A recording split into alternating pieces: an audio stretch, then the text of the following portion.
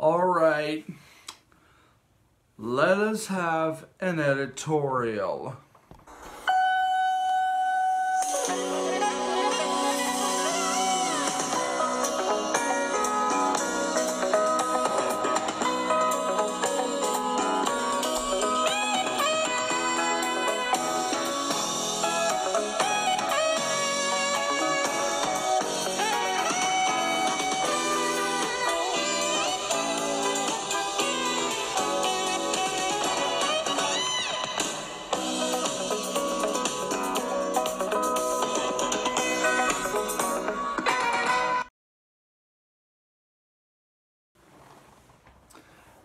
Okay, for those who think that Netflix ending Dark Crystal Age of Resistance is the end of the series, I honestly hate to disagree with you.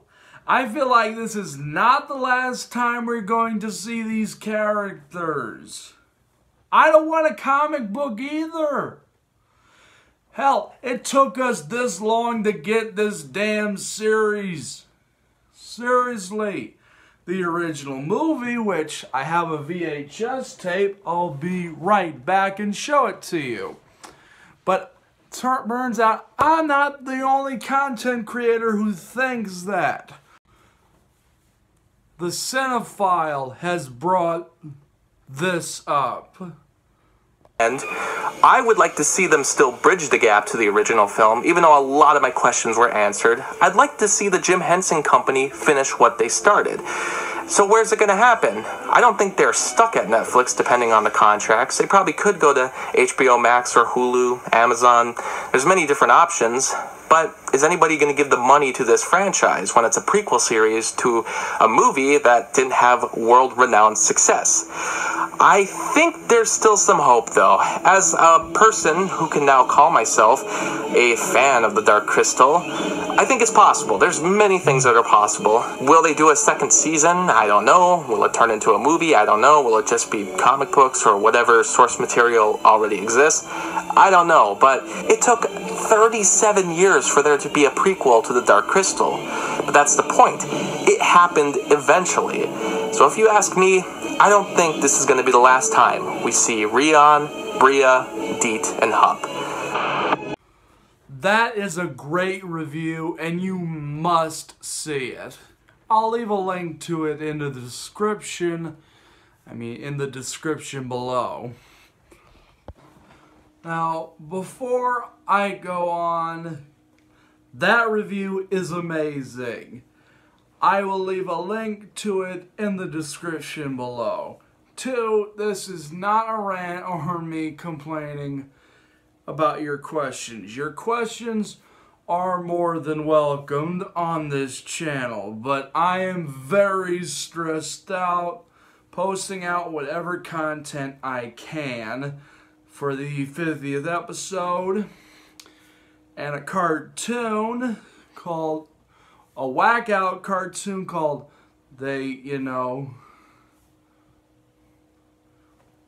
what was it called again? Oh yeah, Musical Soda Malt Shop, an animated short film I had been working on for 4 years straight. I've been working on since 2017, and is the whole reason one of the reasons I started making content on this YouTube channel. Okay? Second, I just want to correct a few wrongs, answer a few questions. I want to give credit where credit should be due, where credit is due, which I don't think I did during that contest video. I think I was a little too excitable and should have gone a little bit more into detail of why, of what are the rules of the contest and all that. So let us stop wasting this time and get to the questions. The first question I want to answer is the Cinephiles question. Yes, there was a lot of praise when Dark Crystal Age of Resistance first came out in 2019. Dark Crystal Age of Resistance was talked about a lot. There were 2 Watch Mojo countdowns of it. A video game on Nintendo called Dark Crystal Age of Resistance Tactics, and it has been reviewed by so many reviewers analyzing and talking about this movie. Even reviewers who are known for negative reviews, like the Possum Review, have reviewed this series. And to answer the question of why I am so hopeful we're going to see this series more, this question I cannot stress enough. They won a freaking Emmy for Best Children's Programming. Oh, yeah, and they won an Emmy for Children's Programming. Even though it's not children kind of content. Well, if I can live in a world where Frozen is rated PG, then I guess Dark Crystal getting an Emmy is no exaggeration. But seriously though, Dark Crystal did win an Emmy. The whole ceremony was aired with both Louis Leterrier, the director of the series, and daughter of Jim Henson, Lisa Henson, also being there. And I feel like I'm one of the only people who has hope for this series outside of the cinephile. And if what I just said about Dark Crystal winning an Emmy is not going to warrant any streaming service out there to want to pick it up for a second season, I don't know what is. They're not the only big name. I mean, Netflix is not the only one with a lot of money. You have Disney Plus, who's the home of another Jim Henson, property. Irv to Ned. So I feel like Disney Plus wouldn't mind having another Jim Henson property on their, streaming service. I highly doubt that Disney Plus is a BC candidate. I feel like they would meddle with the dark fantasy aspect of AOR and try to censor. Are you kidding me? Are you serious? You're telling me the same Disney who has been losing money on their rides have lost tons of money on the film Artemis Fowl, a company that's so desperate they want to remake movies that shouldn't be remade or have no right to be even in production in the first place. A company that owns Marvel. May I remind you, those movies could have some dark and, messed up moments and really frightening moments in them. And may I remind you that Disney Plus is also the home of another very well-praised dark fantasy series. I am of course talking about The Mandalorian. Mandalorian, the Disney Plus series that everyone is praising, which in itself was based on a series of movies, which could also have some dark, disturbing, nightmare fuel and downright creepy and traumatizing moments as well, which in itself also has a ton of connections to the Dark Crystal. Okay, if you want to know a little bit more about that, check out my review of the original movie. I'll leave a link to it in the description below. Now, keep in mind, I have not seen Mandalorian the entire show, so please forgive me, okay? If it is that really like Dark Crystal, Age of Resistance levels of dark, please let me know in the comments section. And Disney has more screwed up stuff on Disney Plus. And may I remind you, this is also the company that brought us this nightmare fuel.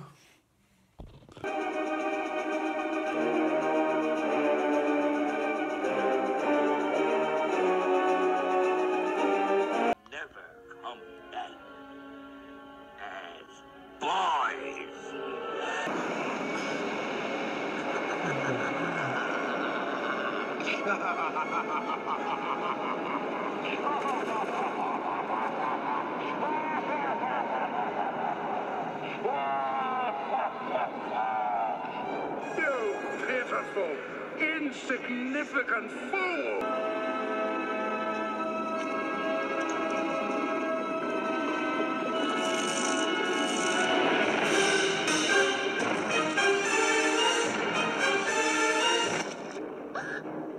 Oh, it's horrible. My beloved warriors have come to life. Hellfire, this fire in my skin, this burning desire is turning me to stone. It's not my fault. I'm not to blame. It is the gypsy girl, the witch who set this flame. It's not my fault.